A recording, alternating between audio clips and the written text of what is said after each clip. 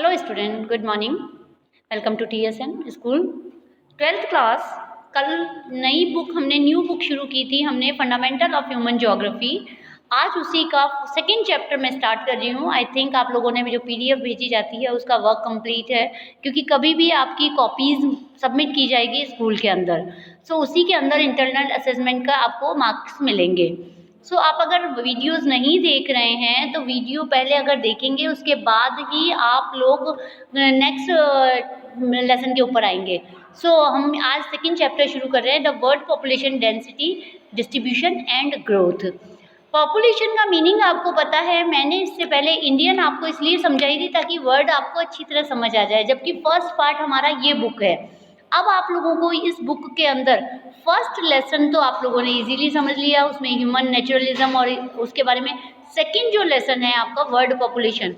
Population के meaning में आप इसमें देखेंगे the people of a country and it's real wealth. आपको पता है किसी भी देश की जनता उसकी वास्तविक पूंजी होती है।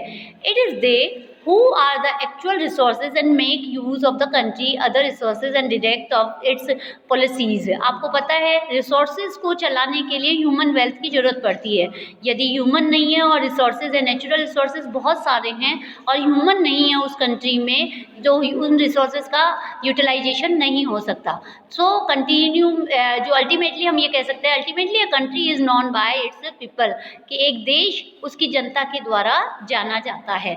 It is important to know how many womens and man country has. ये नहीं है कि कितने मैन और कितने कंट्री में कितने आदमी हैं, कितने औरतें हैं। And how many childrens are born each year, ये जरूरी है कि कितने जो बच्चे हैं उस साल पैदा हो रहे हैं। लाइव इट सिटीज़ और विलेज, कैन दे रीड और राइट और what work do they do, ये सारी चीज़ें हमारे क्वेश्चंस के रूप में पुटअप होती है हमारे माइंड में। These are what you will study about in this unit. ये सारी चीज़ें हम इस यूनिट के अंदर पढ़ेंगे। The world at the beginning of 21st century recorded the presence of over 6 billion population. जब 21वीं सदी में हम लोगों ने प्रवेश किया तो हमारी 6 बिलियन पॉपुलेशन थी। We shall discuss the pattern of their distribution and density here. इस लेसन के अंदर हम डिस्ट्रीब्यूशन और डेंसिटी के बारे में मालूम करेंगे। What do people prefer live in certain regions and not in others? ये क्वेश्चन सबके माइंड में आता है कि क्या लोग किसी एक सर्टन प्लेस पर या सर्टन रीजन पर रहना क्यों पसंद करते हैं, क्या कारण है कि वो लोग वहाँ रहते हैं।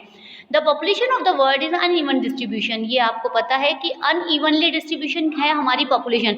कोई एरिया बहुत घना पॉपुलेटेड एरिया है, कोई बहुत कम है।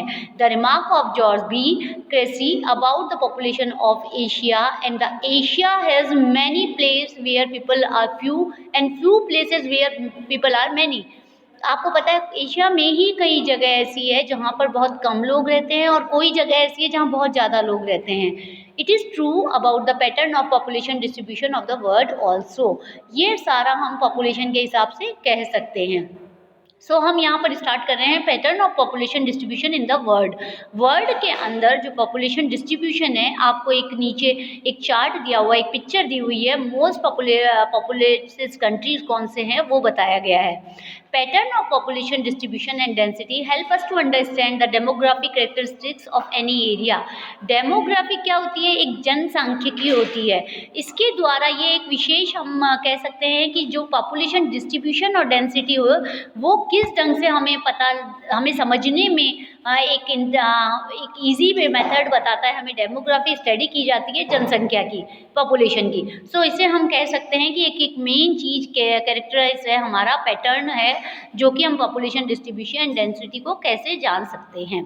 The term population distribution refers to the way people are spread over earth surface. इसको आप अंडरलाइन कर सकते हैं। द टर्म पॉपुलेशन को हम किससे, distribution refers to the world इसको हम इजीली कह सकते हैं कि अर्थ के सरफेस पे किस ढंग से पॉपुलेशन का डिस्ट्रीब्यूशन हुआ है, इसे हम डेमोग्राफी के अंदर पढ़ते हैं।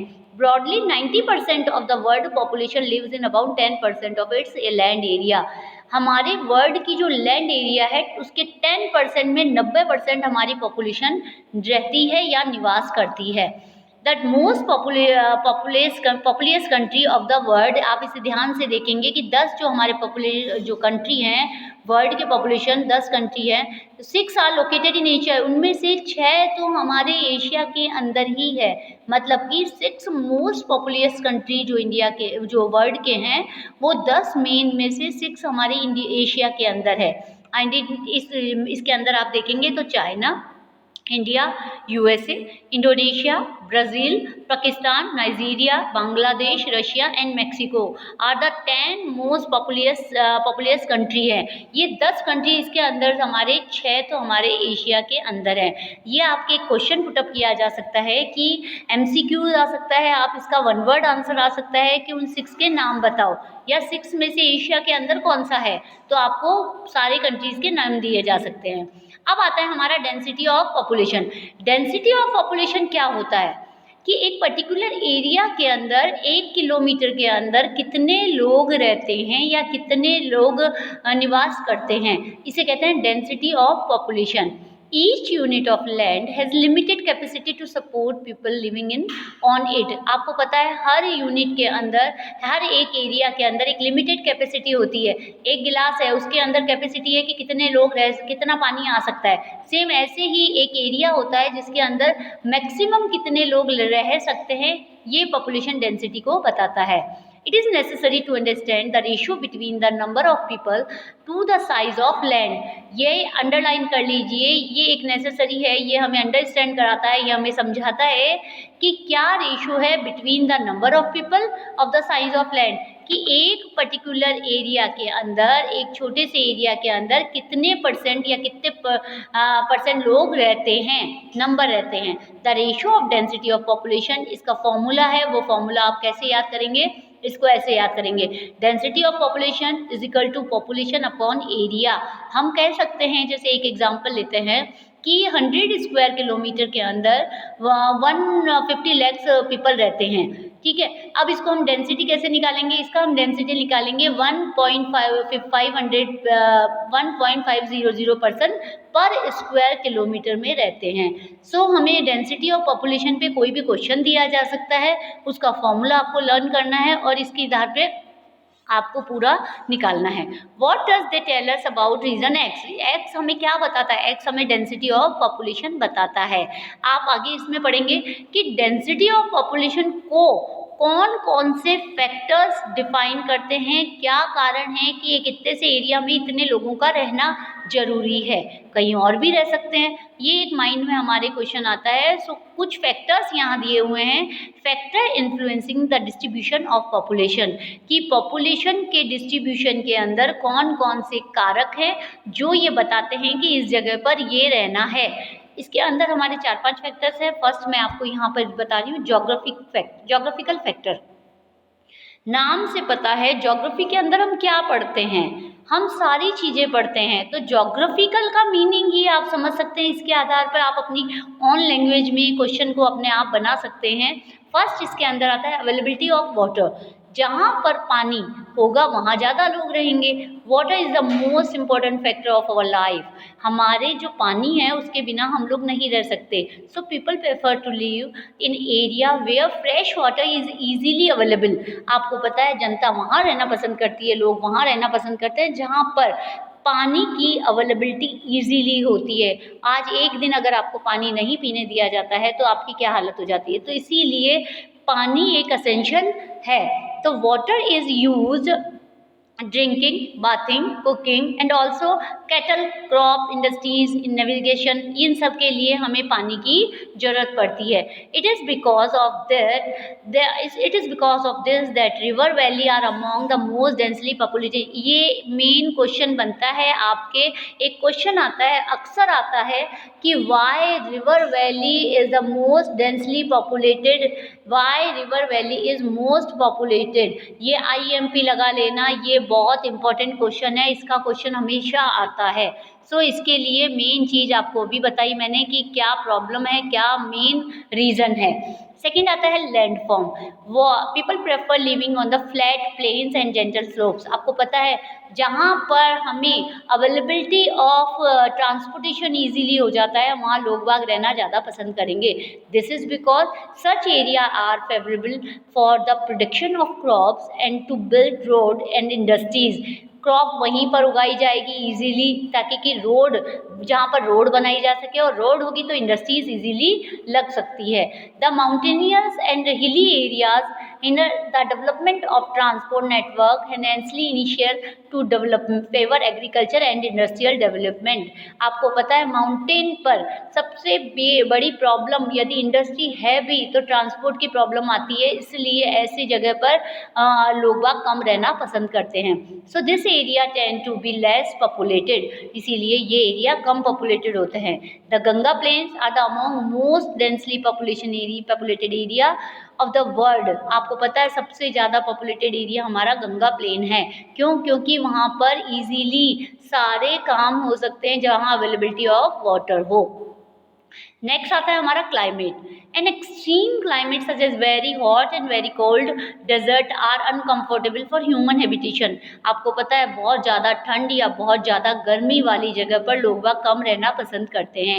Area with a comfortable climate where there is not much seasonal variation attract more people. Area with very heavy rainfall और extreme of harsh climate have low population. आपको पता है जहाँ पर बहुत ज़्यादा कड़क गर्मी या बहुत ज़्यादा ठंड होगी वहाँ लोग कम रहना पसंद करेंगे, वो डिपेंड करता है क्लाइमेट पे। Mediterranean region were inhabited from early period in history due to their present climate. So हम यहाँ पर कह सकते हैं कि क्लाइमेट एक मेन चीज़। तो ये फर्स्ट जो मैंने आपको फैक्टर पढ़ाया है इसके अंदर मैंने आपको 3 चीज़ें पढ़ाई है। एक तो availability of water, second land form, third climate. ये 3 आई थिंक आपको अच्छी तरह समझ आ गया। चौथा हमारा आता है सॉइल। जहाँ फर्टाइल सॉइल होगी वो वहाँ एग्रीकल्चर इजीली की जा सकती है। और आज कोई भी इंडस्ट्री, हर एक इंडस्ट्री को काम रॉ मटेरियल एग्रीकल्चर ही प्रोवाइड करता है। So area which have fertile loamy soil have more people living on there them as these can support initiative agriculture। अब इनमें से कई एरियाज़ आप अपने आप नाम बताएंगे। आप देखेंगे कि गंगा प्लेन है उसके अंदर बहुत इजीली जो ल्यूमी सॉइल मिल रही है, हमें ब्लैक सॉइल मिल रही है, वहाँ पर एग्रीकल्चर बहुत ज़्यादा हो रहा है। नेक्स्ट हमारा आता है इकोनॉमिक फैक्टर। इकोनॉमिक फैक्टर के अंदर हम कह सकते हैं कि सबसे पहले आता है minerals. Area with mineral deposit attract industry. जहाँ मिनरल ज़्यादा है वहाँ इंडस्ट्री डेवलप्ड हो जाती है। Mining and industries activities general employment, so skill and semi skill workers move to these areas and make them density population। जैसे कई आप देखेंगे कॉपर बेल्ट है अफ्रीका के अंदर, वहाँ पर जाम्बिया है कॉपर बेल्ट, उसके अंदर बहुत ज़्यादा पॉपुलेटेड एरिया है। क्यों? वहाँ माइनिंग है और इसीलिए वहाँ पर इजीली क्या होता है, लोग बागों को एम्प्लॉयमेंट इजीली मिल जाता है। नेक्स्ट आता है urbanisation. Cities offer better employment opportunities, education, medical facilities, better means of transport and communications. ये मेन रीज़न है, आप इन्हें अंडरलाइन कर लीजिए। एक क्वेश्चन आता है कि why urbanisation is more populated. तो ये एक मेन फैक्टर है इकोनॉमिक का कि क्या क्या कारण है जिसके कारण हम अर्बनाइजेशन को पसंद करते हैं। मेन चीज़ है एजुकेशन, मेडिकल फैसिलिटीज़ हमें अच्छी मिलती है, गाँव से लोग बाग शहर में आते हैं, ट्रांसपोर्ट अच्छा होता है, कम्युनिकेशन सिस्टम अच्छा होता है। So good civic communities and the attraction of cities life draw people to the cities, it lead to rural and urban migration and cities grow in size. आपको पता है गाँव से शहर की ओर लोग बाग क्यों भागते हैं, वे माइग्रेट करते हैं अपने आप को, क्योंकि सिटीज़ में बहुत सारी फैसिलिटीज़ अवेलेबल होती है, इसीलिए cities are the most populated area. I think समझ आया आपको। नेक्स्ट है इंडस्ट्रियलाइजेशन। इंडस्ट्रियलाइजेशन बेल्ट हमें प्रोवाइड करता है, ये बताता है कि अपॉर्चुनिटी मिलती है नंबर ऑफ पीपल को एम्प्लॉयमेंट दिलाने के लिए। Transport operators, shopkeepers, bank employees, doctor, teachers, ये सारे सर्विस प्रोवाइड करते हैं। ओसाका रीजन है जापान के अंदर, जो कि थिकली पॉपुलेटेड है because of the presence of number of industries. बहुत सारी इंडस्ट्रीज होने के कारण वहाँ लोगों को रोजगार मिलता है। सो स्टूडेंट, वीडियो बड़ा हो रहा है, नेक्स्ट वीडियो में आपका इसी का थर्ड उससे बनाऊंगी। So complete it. Thank you.